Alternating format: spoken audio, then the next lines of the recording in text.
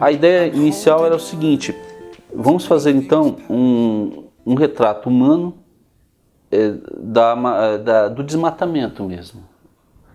A gente vai fazer um retrato do que essa destruição, o que é essa destruição, mostrando imagens de pessoas, mostrando realidades de pessoas, histórias pessoais mesmo. Só que ao longo do período em que eu estava apurando, com o Dida Sampaio, que é o fotógrafo que fez as imagens, eu comecei a perceber que, de certa forma, é um trabalho em que eu estava revisitando regiões que eu tinha ido. Isso ficou mais nítido quando, no meio do processo, eu fui procurado pelo Sidney Possuelo, sertanista, que em 2002 me convidou para ir ao Javari, ver a situação dos índios isolados ali no extremo oeste do Amazonas. E ele, nessa conversa recente, foi no ano passado, ele disse: olha, algumas lideranças me procuraram, então seria legal se a gente pudesse voltar lá para ver como está a situação desses índios e você ver se é possível, né, contar a história deles, a questão especialmente da saúde. Mulher, mulher rendeira, mulher, mulher rendeira, tu me ensina a fazer renda, que eu te ensino a namorar. Falei, então vamos. Aí a gente foi para o Javari e nessa volta ao Javari, e nessa volta em muitos lugares que eu tinha ido na Amazônia, eu pude fazer nessa comparação um retrato que é um retrato do que representa a urbanização na Amazônia.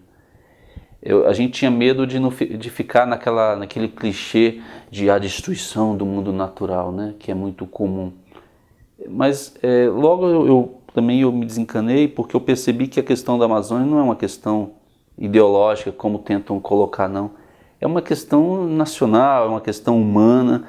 O resultado de toda essa política de desenvolvimento que é tocada aí há tantas décadas aí no Brasil de Amazônia é um desastre. Como vou dizer que o complexo de Carajás, por exemplo, na região do sul do Pará, trouxe benefícios para a região, se em Marabá, a principal cidade ali, são 25 jovens mortos todo mês. Um município que tem 300 mil habitantes. Então, mais ou menos foi isso que a gente fez. Ir lá fazer um retrato humano, né, dessa nova Amazônia.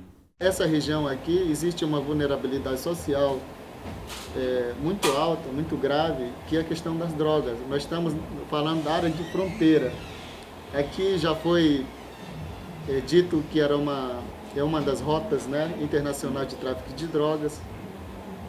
E isso nos preocupa, porque aqui não tem como oferecer mercado de trabalho para os nossos estudantes e eles não têm de onde tirar também.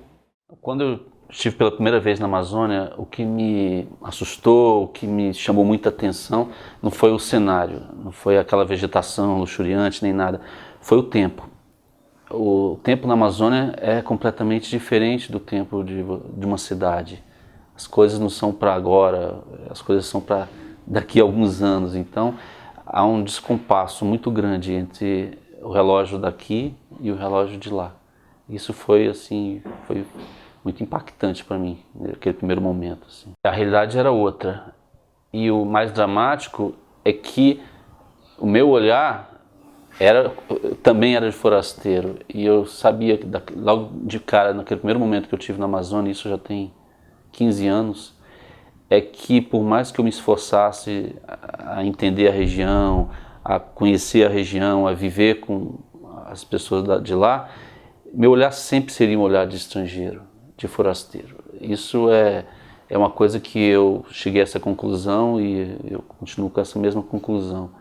Então eu acho que o grande desafio de um profissional da imprensa que está aqui é garantir que a visão de quem está lá seja passada, né? E essa visão é sempre uma visão muito diferente da nossa.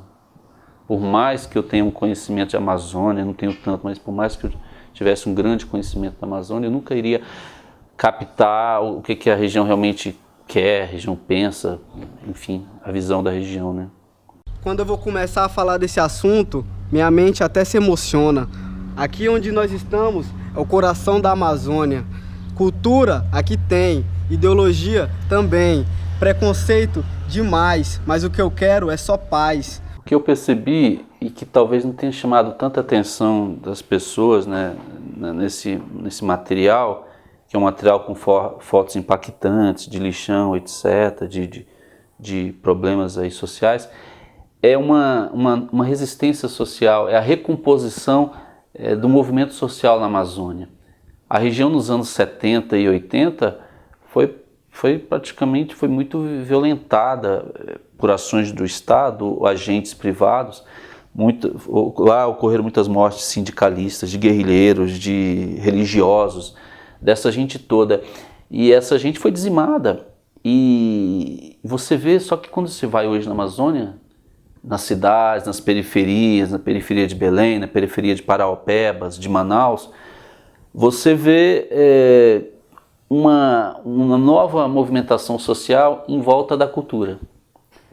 O movimento hip hop, por exemplo, que está aí no Rio, São Paulo há mais de uma década, quase 20 anos, na Amazônia está surgindo agora com esse olhar de questionamento, com essa visão. Então, para mim foi uma surpresa muito grande encontrar grupos de dança, rappers e ativistas sociais da área de documentários, por exemplo, né? Fazendo material, produzindo e trabalhando aí contra esses novos problemas na Amazônia, como por exemplo a chacina de milícias, né? A morte de jovens nas periferias. Então o que me chamou mais atenção dessa vez agora foi justamente essa recomposição do movimento social na Amazônia, que, claro, é muito frágil. Para encontrar essas pessoas, eu não diria que seja fácil, mas a localização não é difícil. Elas estão onde estão os problemas. Então, quando, por exemplo, eu fui para Canudos, que é um bairro da periferia de Belém, com alto índice de violência, de cara eu encontrei ali o movimento negro. De cara ali eu encontrei um menino que faz documentários para denunciar os assassinatos de adolescentes. Então, esses ativistas, eles estão muito visíveis, não só para serem alvo, né, do crime, mas também para serem fontes do jornalismo. E há uma ânsia, há uma necessidade muito grande de todos de participar do debate nacional, de mostrar os problemas da região para nós aqui do Eixo Sul. O Estado não entrou aqui, nunca entrou aqui para fazer algo social. Quem faz algo social é nós da comunidade mesmo.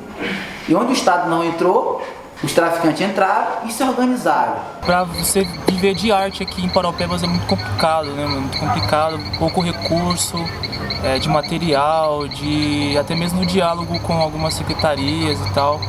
Mas é mesmo na guerrilha mesmo, até agora estou na guerrilha, a gente está sobrevivendo, trabalhando com cultura e estou muito feliz assim.